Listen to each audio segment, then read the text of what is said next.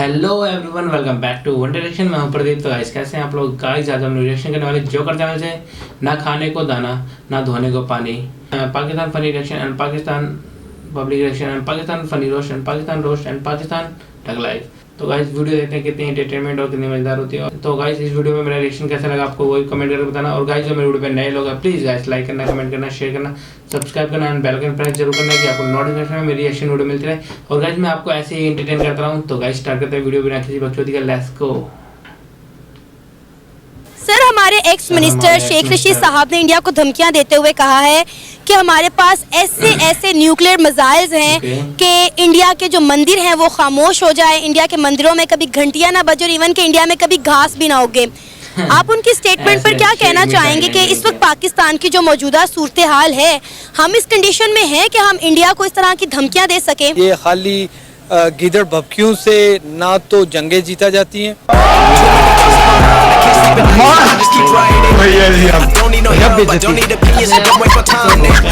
ना ही मुल्क तरक्की करते हैं। अच्छा, इस टाइम कि हम अपने मुल्क की अवाम, गरीब अवाम के बारे में सोचें जो रोटी के लिए तरस रहे हैं। इस टाइम तो रोटी की जरूरत है, हमें रोटी का सोचना चाहिए। बदकिस्मती ये है कि हमारा मुल्क 1999 में हमने धमाके किए, हम न्यूक्लियर पावर बने। न्यूक्लियर पावर बनने के बाद तो हमें तरक्की की हर मनाजिल को तय करना था, लेकिन हुआ क्या, हम डे बाय डे पस्ती की तरफ चले गए हैं। और जाएंगे भी। न्यूक्लियर तो है, वो एक डिफेंस सिस्टम है, लेकिन डिफेंस भी तब होता है जब आपकी अवाम के पेट भरे हैं। भूखे पेट तो मतलब फौज भी नहीं लड़ सकती। बस हवा निकल। इंडिया ने एक डिफेंस सिस्टम के साथ साथ अपनी इकोनॉमी को उस लेवल पे ले गए हैं कि दुनिया की कोई ताकत उनसे नाराजगी अफोर्ड नहीं कर सकती। उन्हें पता है कि इंडिया अगर हमसे तिजारत नहीं करेगा तो उनका सिस्टम नहीं चलेगा। जलवा है हमारा। सर, कभी हमारे हुक्मरान जो है वो इंडिया के साथ अमन की अपील कर रहे होते हैं कि हमें इंडिया के साथ जो है ताल्लुकात बेहतर करने चाहिए, इसी में ही हमारा फ़ायदा है। कभी हमारा कोई मिनिस्टर उठ के इंडिया को इस तरह की धमकियां देता है तो कोई कहता है कि इंडिया के साथ ट्रेड शुरू करो, इंडिया के साथ अमन की अपील की जाती है, कि क्या रीज़न है? कभी हम कुछ कहते हैं, कभी हम कुछ कहते हैं। हम तो एक थाली के चट्टे बट्टे ही नहीं है। एग्जैक्टली, आप ठीक कह रही हैं। अभी तो हमें रोटी की ज़रूरत है, अभी तो हमें अपने अवाम के लिए पीने के साफ पानी की ज़रूरत है, ठीक है। अभी तो हमें अपना एटमॉस्फेयर क्लियर करने की ज़रूरत है। इंडिया तो डे बाय डे तरक्की करते हुए वो तो बहुत आगे जा चुका है, वो तो दुनिया को सॉफ्टवेयर प्रोवाइड कर रहा है। इसको सुनने के बाद तो यही लग रहा है कि हम लोग बर्बादी के रास्ते पे चल रहे हैं इस टाइम, ठीक है। हमारे आगे सिर्फ़ और सिर्फ जो है ना मुश्किलात हैं, आसानी ही नहीं है इस टाइम। और मेरा भी ऐसा काम है, बेसिकली मैंने भी पूरा लाहौर घूमना होता है, ठीक है। और हर किस्म के इंसान के साथ मेरे मुलाकात है, बहस है हर चीज़ के, एक रुपए को लेके। अगर बात की जाए हमारे घर के हवाले को लेके तो हम लोग ऐसे हैं इस टाइम के एक टाइम का खाना हमारे लिए मुश्किल है, ठीक है।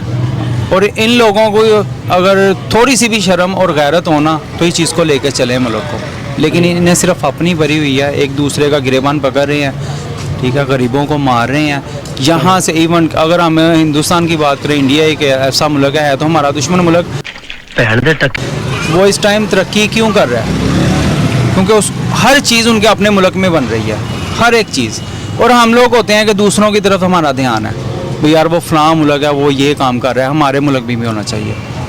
ये गरीबों को मार रहे हैं और इन्होंने मारना ही है, आगे मज़ीद ख़त्म करना है। मुझे सर ये बताएं कि ये जो कॉन्सेप्ट, पहले तो आपने कहा दुश्मन मुल्क है, हमें शायद बताया ही पड़ा है ये गया कि हमारा जो सुना है ना, जो सुना है बेसिकली हम लोग बताया ना कि हमारे अपने घर की भागदौड़ इतनी होती है कि एक टाइम का खाना पूरा कर लें, बड़ी बात है। दूसरों की बातों में जाना बड़ी दूर है।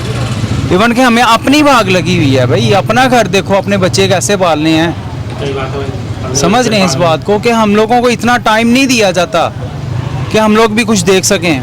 अब मैं लाहौर का रहायशी हूँ, मुझे लाहौर का नहीं पता इतना कि भी यहाँ पे हमारे क्या कुछ है क्या कुछ नहीं, हमें खुद नहीं इल्म, क्योंकि इतना टाइम ही नहीं है। ये बात गलत है, सिर्फ हमें गलत गाइड किया जाता है। मिस गाइड करने का यही मकसद है कि भी हमारे जहन में यही बात हो। मैंने क्या बोला, दुश्मन मुल्क है हमारा।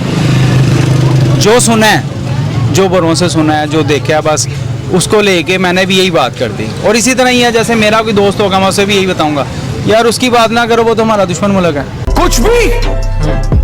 कुछ भी मेन रीज़न सिर्फ ये है कि जो सुनना है वो ही हमने आगे रिपीट कर दिया। अच्छा, आपको लगता है कि दुश्मनी जो है वो मयार के ऊपर होती है? अगर देखा जाए तो वो दुनिया की 5वीं बड़ी इकोनॉमी है और उनके अगर हम फॉरेक्स रिजर्व की बात करें वो भी मतलब 600 अरब डॉलर के हैं। किस लिहाज से हम उनकी बराबरी करते हैं जिसमें हम उनसे दुश्मनी ले सकें?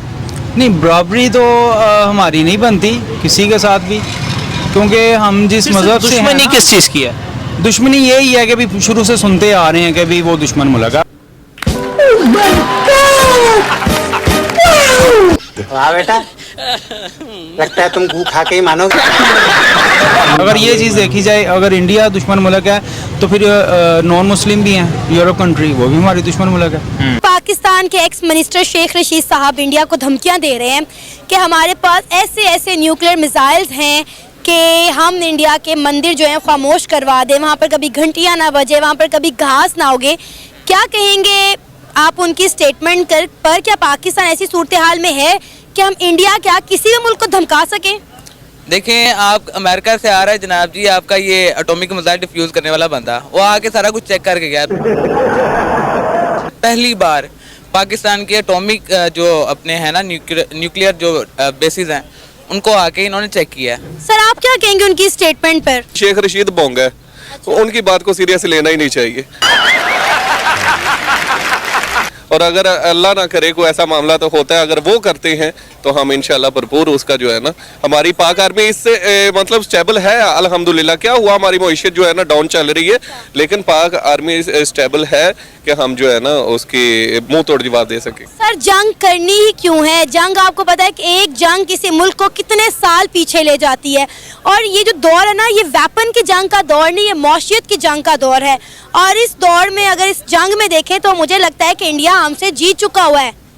जी बिल्कुल ऐसे है पाकिस्तान के और इंडिया के कि दोनों अगर हम देखें ना, पाक आर्मी और इंडिया आर्मी, अगर दोनों को सिर्फ इस दुश्मनी की वजह से तकरीबन हमारे भी इतने लॉसेस जा रहे हैं और इतने ज़्यादा हमारे अखराजात हो रहे हैं और इंडिया के भी हो रहे हैं, तो यही बात वही हो रही थी कि हम और अमन के साथ रहें तो ही अच्छी बात है, ताकि हमारी मईशत भी डाउन ना हो और उनकी भी ना हो। सर, आपसे मेरा सवाल ये है कि इस वक्त पाकिस्तान में खाने के लाले पड़े हुए हैं और हम इंडिया को धमकियां दे रहे हैं न्यूक्लियर वेपन की, और ये वही न्यूक्लियर वेपन है जिसको कभी हम कहते हैं कि हमारे मुल्क के हालात ख़राब है तो हम बेचने जा रहे हैं, कभी आपको IMF कहता है कि अपना जो न्यूक्लियर प्रोग्राम है उसे आप कैंसिल कर दें, और हम इसी की तड़ियाँ लगा रहे हैं, इसी की धमकियाँ लगा रहे हैं इंडिया को, जिसके साथ हमें तजारत करनी चाहिए, अपने माहौल को, अपने हालात को बेहतर करना चाहिए।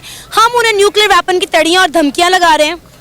देखें, मेरे ना अभी जहन में आया एक बात, ख्वाजा आसिफ जो से है ना, ये चंद एक माह पहले इन्होंने एक कौमी असम्बली में खड़े होकर एक बयान दिया था कि जिस टाइम वो जो हुआ नहीं था, वो जहाज वाला वाकया हुआ था, पाकिस्तान ने उनका जहाज गिराया था, अभिनंदन वाला, बिल्कुल ठीक है, तो उसके बाद अभिनंदन को वापस क्यों किया गया था?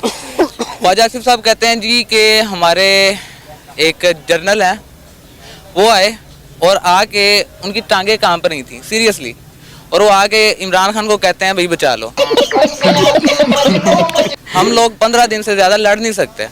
और अभिनंदन की क्या बात करते हैं, चीफ ऑफ आर्मी स्टाफ तशरीफ लाए, पैर कांप रहे थे, पसीने माथे पे थे। ठीक है, जब इस तरह की आपकी सूरत हाल होगी, आपकी फौज, यकीन करें मुझे ना ये कहते हुए बिल्कुल अच्छा नहीं लग रहा।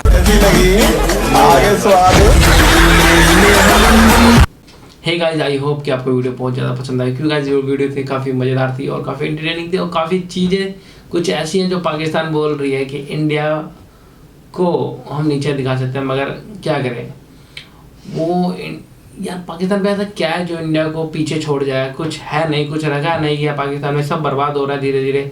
तो भी उनको लग रहा है, उनकी मिसाइलें जो पड़ी, उन्होंने जो 1999 जो अटैक किया था उसके फर्स्ट वही था जो फर्स्ट टाइम था, और जो अभी बोलिए हमारे पे बहुत कुछ है जो हम इंडिया के मंदिर मस्जिद को बिगाड़ सकते हैं। तो गाइस ऐसे तो पाकिस्तान का पॉसिबल हो ही नहीं सकता, क्योंकि यार वो अपने, उनकी कंडीशन ऐसी होगी उनके नेताओं की और पाकिस्तान की पब्लिक की, क्या रोटी बिना मर रहे हैं, भूखे बिना मर रहे हैं, और कुछ कमा के जो अपने फैमिली का बच्चों का पेट पाल रहे हैं। कुछ पाकिस्तान इतने अच्छे हैं वहाँ के, जो इंडिया वाले कुछ अच्छा सोचते हैं। बाकी जो नेता है पाकिस्तान के, उनका कहना ये है कि जो हमारे पे जो मिसाइल है उसको बेच भी रहे हैं और उनसे हमारा बहुत कुछ बिगाड़ सकता है सर। तो गाइस ऐसा तो पॉसिबल ही नहीं जो पाकिस्तान हमसे लाख गुना आगे बढ़ जाए और इकोनॉमिक में चाहे जैसे भी बढ़ जाए।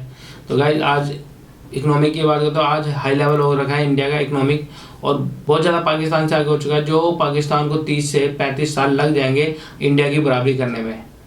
तो गाइस यही वीडियो है और एंटरटेनिंग। तो गाइस आप भी जाकर देखिए, वीडियो वॉच करिए, और गाइस मेरा रिएक्शन बताइए कमेंट करके आपको कैसा लगा। और गाइस जो मेरे वीडियो में नए लोग हैं प्लीज़ गाइस लाइक करिए, कमेंट करिए, शेयर करिए, सब्सक्राइब करिए एंड बेल आइकन प्रेस जरूर करिए कि आपको नोटिफिकेशन मेरी रिएक्शन वीडियो मिलते रहे और मैं आपको ऐसे ही एंटरटेन करता रहूँ। तो गाइस मिलते हैं नेक्स्ट वीडियो में, बाय।